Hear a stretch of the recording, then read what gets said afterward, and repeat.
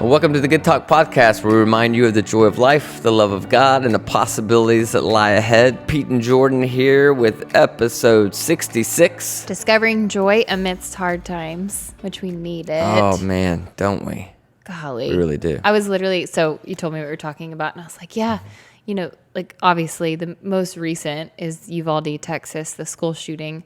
And then I was like, and Ukraine, and the economy, and it just in my brain it just kind of kept spiraling. I shouldn't even bring it up because I don't know the details of it yet, but I just heard this morning there's another mass shooting. Not as many people, but I think it's 4 people. It's still it's like my goodness. I can't. It's a lot of it is. It feels heavy right now. Yeah. And it's weird because we're going into summertime. You know, kids just got out of school last week. It feels like it would be this light, kind of fun summery time. Memorial Day, 4th of July, all this stuff. But man, it's just kind of heavy right now. Yeah. I mean, truly, it's constant. I know in general, the world and news is kind of just feels like that. But man, there's something about the past few months where it's like moms can't feed their babies formula and people can't afford to drive places because the gas is through the roof. Like it just feels really daunting. So I think we all need this discovering joy. Yeah, because it's possible. And it's... and it doesn't mean that you're not being reverent about the things that are happening, you know, but it just, you can't live in it. Yeah.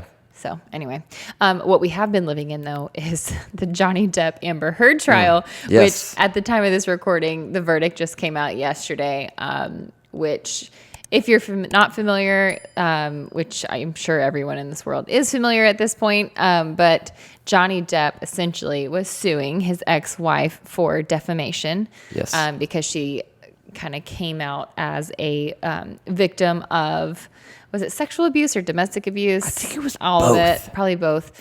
But anyway, it in Johnny Depp's eyes was untrue, so he took her to court, and it was was it 2 months? I don't know. It was a long time. I think it was 2 months. I know some people followed it like the OJ trial. Like they followed it like every day. Yeah, it was live on watching YouTube. it. Yeah, you could watch everything. And anyway, I think it was like a 2 months total of case court, which is just nuts, but it's been really fascinating to watch. I just saw highlights on the news from time to time. I didn't actually watch any of it. Obviously, lots of people dedicated tons of hours to this case, right? Is there any takeaway whatsoever? From the case? Yeah, from the whole thing. I mean, he won, I guess, was awarded money. He won I think $15 million in the defamation suit. She won about $2 million, I think, because she was able to prove that the lawyers were trying to hurt her career with some of the, case. But none of the domestic abuse was proven to be true. And so there was, I guess, no evidence for it. But anyways, I think ultimately, if the verdict that came out is absolutely true, then I think that there's just the whole lesson of there's 2 sides to every story. Yeah, we've said that so many times on this podcast, and it's true. It's like I'm always shocked when somebody tell their story and everybody goes all in, assuming that that's the truth and that's exactly what happened. They don't ask questions. No, they don't ask questions, and I think especially in a circumstance where you have a woman coming forward saying she was a victim of domestic abuse, you kind of feel terrible being like, oh, that's not true. You feel bad. So you just kind of want to trust them because that's a hard thing to even admit sometimes. So there are certain cases that do feel hard to even encounter with any sort of skepticism. And if she did make it all up for attention or whatever, then man, that's terrible. That's terrible. Because of what it also does for true victims. True victims, yeah. I mean, the whole thing, it's... I don't know. I have people all the time who'll send me DMs and stuff thinking they know my story because they read something online from some very credible source. And I'm like, wait, you didn't lead with a question? I kind of lived it. I kind of know how it went down. That's nothing close. So, but people just hear something, they just assume it's true. They just believe That's it, a great takeaway. That's good, Jordyn. Yeah, I don't know. I think... it makes me just more aware because I'm very guilty of that, especially when you don't know the people. You just assume. You hear something on the news, you're like, yep. And then I'm reminded, I'm like, you know what? The story I tell my mom about my divorce is probably very different than the story my ex tells his friends. Sure. So it's like, in some way, shape, or form, no matter what side you're getting, you're probably not getting the full truth. So I think that just having that awareness is just kind of good to keep in top of mind. So yay for Johnny Depp. If, I think that was awesome. And his career now is like blowing up, which is awesome for him. So good for him. Go Pirates of the Caribbean. You got a big weekend coming up. I do. Well, yeah. Your first solo out of town trip with Pepper. Yeah. So Pepper's now 10 months. And so up until now, I've driven probably like a total of an hour by myself with her in one direction. And the only reason that's a big deal is just because she gets so bored and restless and she'll just start to cry. She's not one of those that instantly falls asleep. You still sit in the back seat with her when we're traveling together. Yeah. When we go to Georgia or travel anywhere, I sit back there to just entertain her, and she's totally fine. But when she feels like she's staring at the back of a seat, and babies are reversed, so you can't even see me. She just does not do well. But anyways, I am like going to rig up my car and somehow find a way to play Cocomelon and all of her entertainment safely. But I gotta do something, because it's about a little over 2 hours, which again, not a huge deal. I'm taking a baby step. Like, I'm not going all the way to Georgia by myself. You got this. And you have a big boys weekend. Y'all are gonna. Yeah, we're gonna do a boys weekend this weekend. I can't wait. Yeah. So don't know what all we're gonna do. Play tennis. They're into tennis. Yeah. So it's gonna be fun. Lots of tennis farm movies. Yep. Well, you just remember the talk that we're about to have about joy while you're driving to Chattanooga. I'm gonna text with you like, the screw that. Baby. Okay, so let me tell you why we're going to talk about this topic today. Today's June 2nd, right? Yeah. Yeah. So it comes out today. There's a new documentary that followed. So several years back, Desmond Tutu and the Dalai Lama got together for 3 or 4 days worth of talks about joy. So two guys from very different backgrounds. Yeah, can you explain who they are? I mean, obviously most people Desmond Tutu was a Christian leader, right? And then Dalai Lama comes from, is a Buddhist, right? It's Buddhist monk. So two very different religious backgrounds, but they really tried to focus, my understanding of their relationship is they tried to focus on what they had in common, which I thought was really cool. They both went through some really, really difficult times throughout their life, dealt with so much. And so somebody recorded their talks and were allowed to videotape all this, and they're releasing a new documentary. It's coming out. It's called Mission Joy. Cool. And it comes out today. I think it streams on Facebook and probably YouTube. And I haven't seen it yet. I've seen the bumper for it, and even that was pretty cool. That's cool. To see those two just legends together. So Dalai Lama is alive? Yes. And Desmond Tutu is not. No, okay. He recently passed away, which also makes this documentary. I was going to say, that makes it kind of cool. Really cool. Yeah. But, when you talk about the difference, a lot of people talk about the difference between joy and happiness. And they're two very different things, right? And for the most part, probably the most common trait that's distinctive trait about the two is people would say happiness is based on external. Joy is based on internal. Right. Happiness is fleeting. It's quick. It's based on the circumstance. Joy can be something that's actually developed and something you can live with despite what your circumstances might be. And that's why I think joy is so important, because the reality is we don't have control over our circumstances. We don't have control over what happens in a lot of these situations that break our heart, whether it's in the Ukraine or whether it's a mass shooting here in the U.S. or, your circumstances or the economy, another great example. All these things, and part of what brings about, I think, so much grief from all these things is that it's a reminder that we're not in control. You can't control. Like, how do you stop these things from happening? Yeah. And you feel like you can't. Yeah. And joy is something that can be sustained in both positive and negative circumstances. And so I think that's really key. So this documentary, they talk about 4 strategies, if you will, that they observed from these two men and the talks that they had around the topic of joy. So I'm taking this documentary, I don't know how long it is, my guess is a couple hours, and kind of distilling it down into 5 minutes, basically, of these 4 things that I think are, so key. The lady's name, by the way, is Peggy Callahan. She's the one who did this documentary, and also the one that kind of put this article together. The reason they got together, I thought this was cool, was they were celebrating the Dalai Lama's birthday. He was turning 80. Wow. So these two guys got together for this couple-day retreat in India to celebrate his birthday. So I thought that was really cool. Yeah. So 4 key strategies that they talked about that kind of emerged from their talks. The first one was connection, talking about how do you develop joy, right, that can withstand the most difficult of circumstances. The first thing was connection. And in the film, what you'll see is Archbishop Tutu and the Dalai Lama constantly smiling, constantly kind of reaching out to grab each other's hands. There's a scene, I saw it in the promo, where he literally reaches out and tickles them. And it's like so awkward. It was kind of weird. It's like, wait, these two like spiritual legends, it's being tickling goofy. Each other. Apparently, like they were just really goofy. These two spiritual leaders, one Christian, one Buddhist, really experienced, and I guess this has been going on for some time, this deep connection with each other. And they talk about the need for connection. First and foremost, connection with people. Right, that there's a joy that comes with the connection from one human being to another, that being important. But they also talk about that it's possible to have that kind of connection with nature.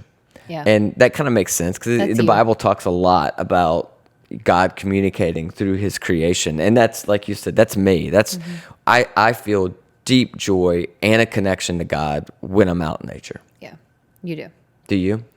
Yeah, I think so. I mean, I think it's, if I'm in a like stunning place, it's easier. Yeah. Like just going for a walk, I don't really as much. I feel more more just energized and joyful around people, I think. But yeah, I mean, nature, of course, is a really cool connector. And I think that this really came up if you look back at COVID when people were so isolated. Yes. And they talked about just the mental health crisis that came from that. It makes sense. When you don't, there were certain things like a lot of people went to church online, right? But now you talk to the same people who are now back in person and they're like, hey, we're grateful that it existed online and we could watch that, but it's very different because you didn't have that human connection that you have when things are back in person. It's interesting when you think about COVID and that point being connection with people or with nature. COVID ignited both, like took away people and people had to go to nature. Yep. You know what I mean? That's right. Like that's when people started traveling in vans and that's when people started like playing in parks and really like fulfilling that void in the other way. Yeah. I think people have always traveled in vans. It just wasn't popular. Right, true. Now it became, everyone did it. Yeah, now it became really popular. So yeah, connection. Okay. So that was kind of that first foundational block, if you will, of developing joy in your life despite the circumstances. And we've all experienced that.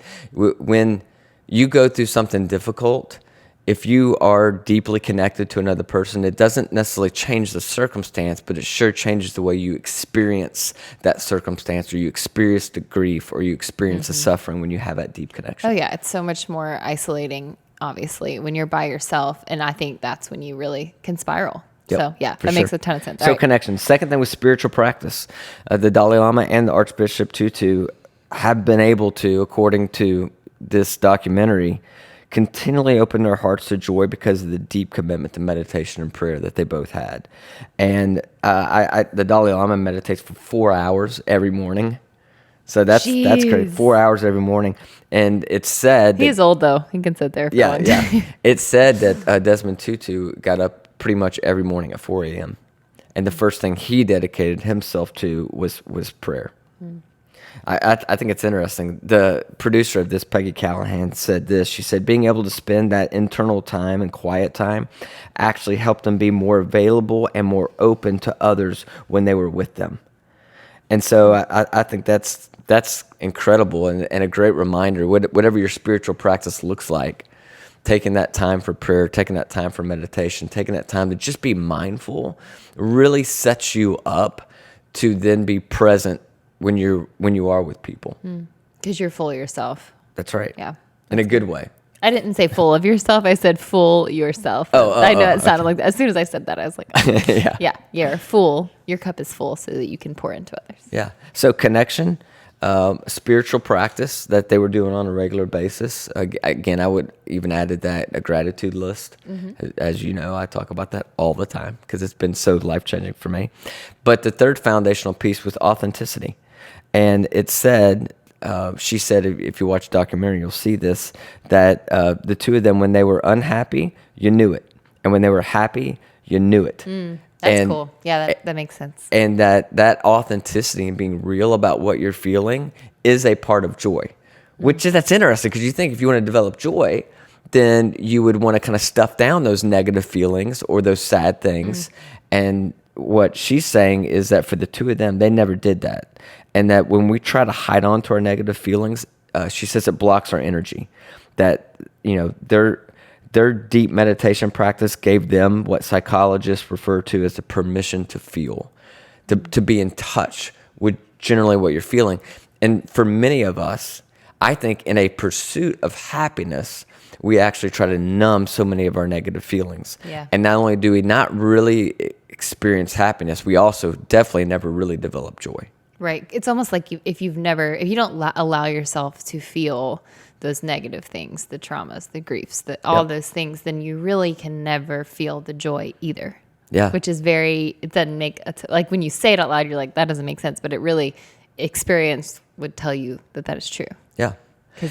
And if every time you experience something negative, whether it's firsthand or something on the news, which is I don't really want to go down this road, but I think it's important to note when you think about like the difficult things we're all experiencing right now, like the mass shootings, all that stuff. News like that didn't exist 100 years ago. You didn't know about all those kind of events happening. You would have never known about what was going on in Ukraine 100 to 150 years ago.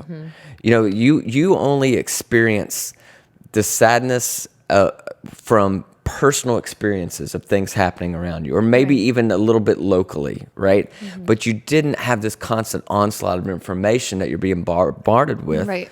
And so in our culture today, if every time you experience something negative, something sad, something hurtful, if you're trying to numb that, man, that's going to lead to all kinds of addictions, because you're going to be experiencing that kind of negativity and that kind of hurt and pain almost daily. Yeah, it's not saying you can't feel those things. It's saying you need to feel those things and allow yourself to like grieve through them so that you can continue to be a real person. That's right. Because otherwise you just end up as this numb robot. And like you said, you can't actually feel happiness when that time comes. Man. Yeah, I think for me, the authenticity, that strategy out of the four was the most surprising to me, and one I probably didn't just think about. Yeah, that's really good. But I love to hear that they were very real. They were very authentic about everything that they felt. That's so good. Okay, I like it. And then the fourth one was finding meaning, which that's kind of a given, but and a lot has been written about and talked about this. But both the Dalai Lama and Archbishop Tutu had tremendous difficulties throughout their life. The Archbishop experienced poverty, polio, tuberculosis as a child. Then the suffering from the South African apartheid. The Dalai Lama was forced to flee his life when the Chinese occupied Tibet, and he's been in exile for 50 years. These aren't two people who just everything worked out great for them all the way through their life. They went through some serious difficulties. And what they say, though, is that they found meaning in their service to other people. And finding meaning in their service to other people is what got them through those really difficult times and allowed them to continue to develop joy. So are they saying that you have to find meaning in service to others, or you just have to find meaning in your life, period, like purpose? And I think it's purpose is what you got to find. They found theirs through the service of other people. I personally, I think I find my deepest purpose in life through the service of other people. But there are other purposes, right? That you could find. But having a purpose, having a meaning to your life allows you to interpret the difficulties and allows there to be some purpose to the pain. Right. If you think that you're suffering for no reason at all, then, oh man, that leads to despair. Definitely doesn't lead to joy. Yeah. Does that make sense? No, it does. Yeah, I think anytime you have a purpose or a calling or something you're fighting for that's bigger than yourself, then you feel like you have something to fight for. Yeah. Otherwise, we have a friend right now who's kind of in a situation where he doesn't feel like there's anything to fight for. And it's really hard. He can't find joy. Yeah. There's no joy in his life right now.